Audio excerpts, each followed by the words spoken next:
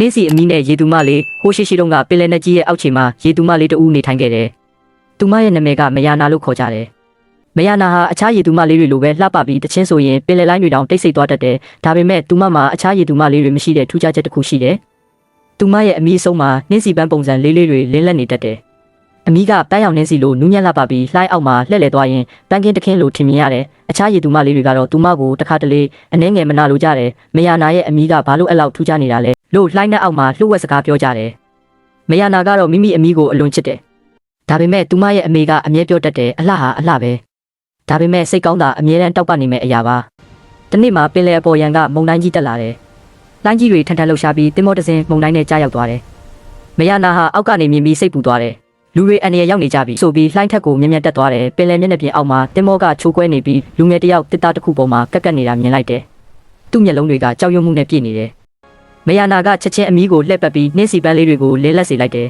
။ပန်းရောင်လင်းရောင်ဟာအမှောင်မုန်တိုင်းထဲမှာတောက်ပသွားတယ်။အဲ့ဒီအလင်းကိုမြင်ပြီးလူငယ်လေးဟာအာယူနိုင်လာတယ်။မယာနာကသူ့ကိုနီးစပ်တဲ့ကျွန်းသေးလေးစီလမ်းညွှန်ပေးတယ်။လိုင်းကြားထဲမှာသူမရဲ့အမီးလှပမှုဟာမျက်စိထဲထင်ရှားပြီးလမ်းပြမိလို့ဖြစ်သွားတယ်။နောက်ဆုံးမှာလူငယ်လေးဟာကျွန်းကန်းဆက်ကိုရောက်သွားတယ်။မယာနာကအောက်လိုင်းနဲ့ပြန်ဆင်းတော့လူငယ်လေးကမေးလိုက်တယ်မင်းဘယ်သူလဲ။ကျေးဇူးတင်ပါတယ်။မယာနာကပန်းရောင်လင်းနဲ့ပြုံးပြီးသားလှိုင်းအောက်ထဲပျောက်ကွယ်သွားတယ်။ပင်လယ်အောက်ပြန်ရောက်တော့အခြားရေသူမလေးတွေဟာမယာနာရဲ့အမီးကိုကြည့်ပြီးအံ့အားသင့်သွားတယ်။အမီးကရခင်ထက်ပိုပြီးလင်းလက်နေတယ်။ဘာကြောင့်အဲ့လိုတောက်ပနေတာလဲ